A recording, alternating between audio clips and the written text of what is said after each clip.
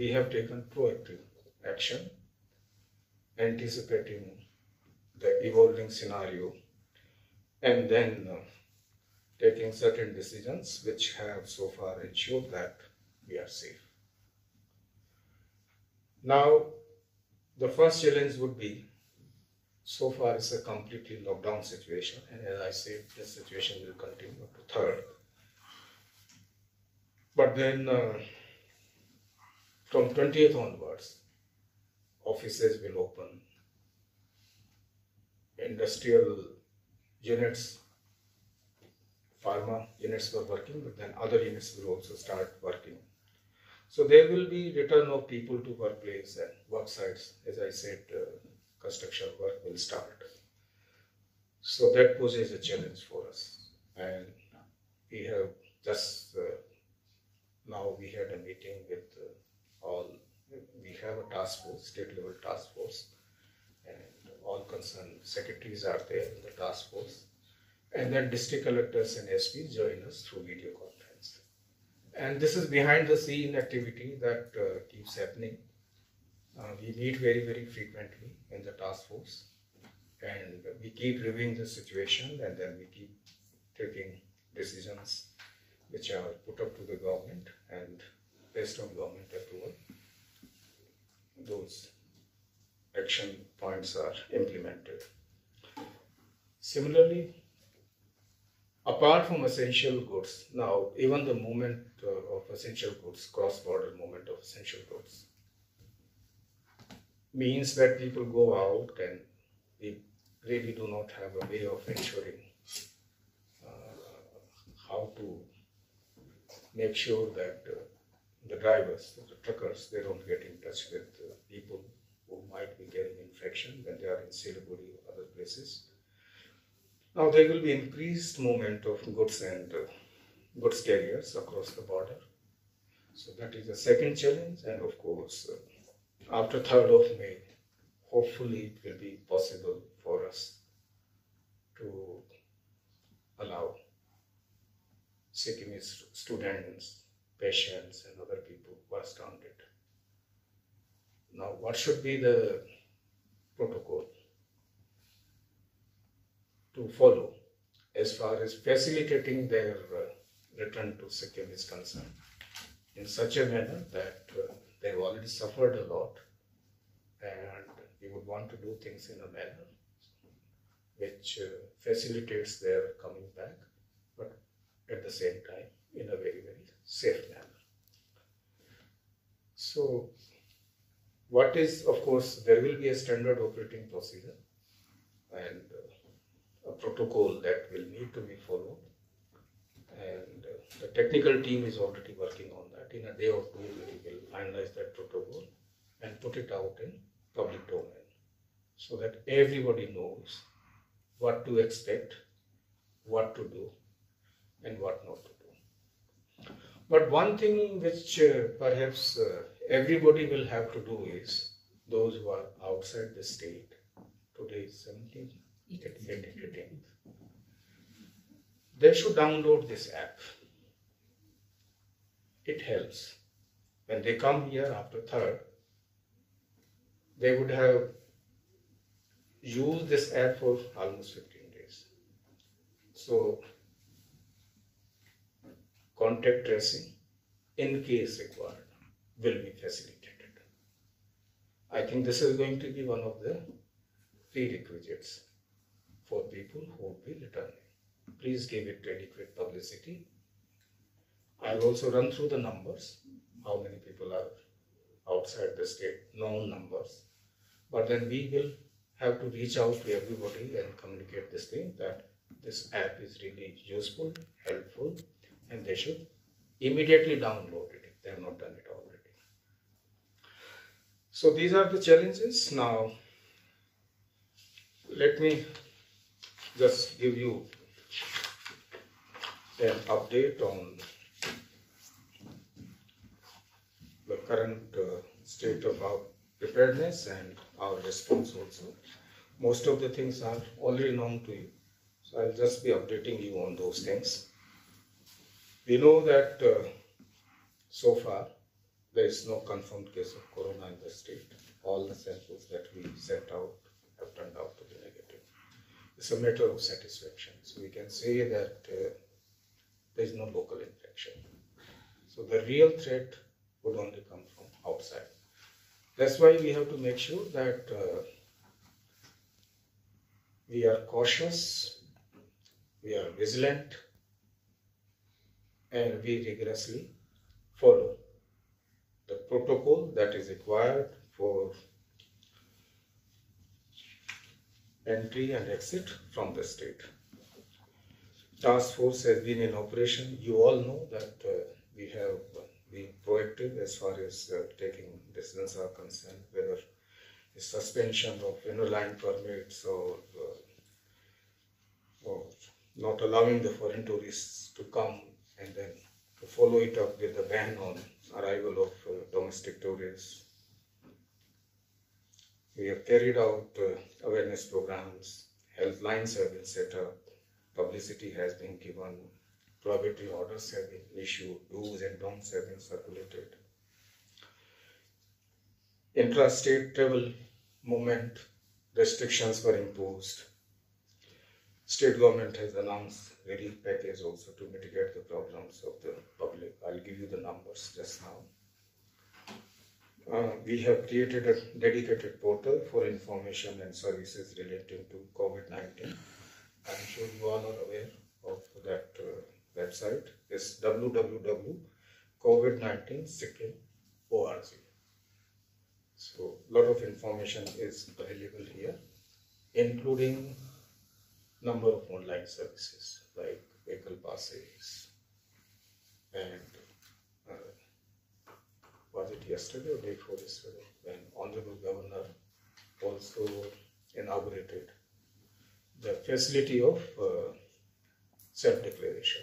Online it can be done, so that when people return to Sikkim, they don't really have to do that paperwork, filing, filling up the form, etc. It can be done online. I'm happy to say that government had taken a decision to provide an extra honorarium of rupees 5,000 per ASHA worker, and this has already been disbursed. Just now, Chief Minister's office informed me that I think the number is about 700 odd ASHA workers. So they have got this extra because we know that they are performing a very difficult job in a very, very difficult situation. They are our frontline warriors, and we must recognize their effort and also provide them assistance which is due to them. So this has been done. Then on 14th of April, for the stranded people outside the state, we have appointed special officers on duty at New Delhi, Kolkata, Guwahati and Siliguri. We have circulated their mobile numbers and people are getting in touch with them. Main problem of the people is that they are stranded, they are restless, they want to come back, and some of them also have financial issues. So on 16th of April, state government has taken a decision which is known to everybody, that a financial relief of rupees 30,000 to patients who are stranded outside the state will be provided. So this activity will be coordinated by Chief Minister's office because the money will come from Chief Minister's Relief Fund. And there is a prescribed procedure, very simple procedure. Basically, one has to just give details and this kind of assistance will be available. Similarly, you might be knowing that state government has been providing assistance to students who are studying outside the state and suddenly they find that education institutions have closed down and they are in a lockdown situation. So government decided they will be given 5,000 rupees per student. So we got their telephone numbers and details and then their bank details also. And you will be happy to know that 5,000 rupees per student has been given to 1,452 students. It's a large number of students, and everybody has been given a credit of rupees 5,000 in their accounts. So state government is doing everything possible that is required to be done as far as providing succor and support to people of Sikkim stranded outside the state is concerned. As far as screening is concerned, you know that rigorous checking is being carried out on the entry points, 2 entry points, Rangpo and Malli. And at one point of time, when everything was open, 2,000 vehicles per day on an average were being screened. Now with these restrictions, number has come down. It's between 300 to 400. Like day before yesterday, 322 vehicles were screened. And for your information, and this is very, very important, this screening of vehicles started from 29th of January. Much before what other states started doing. So we started doing it from 29th of January. And so far, more than 108,400 vehicles have been screened. Yesterday we screened 358 passengers, 322 vehicles, 358 passengers. And so far, the number is astounding. So far, 605,000 passengers have been screened since January.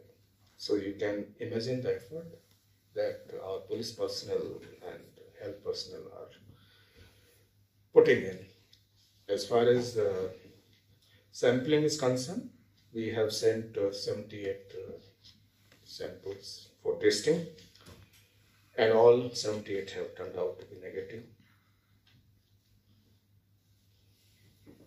We are also trying to create a testing lab here. Civil construction work is going on.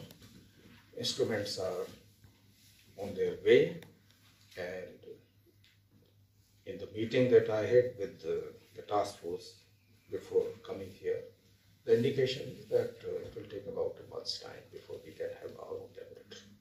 But then we are sending our technicians for training.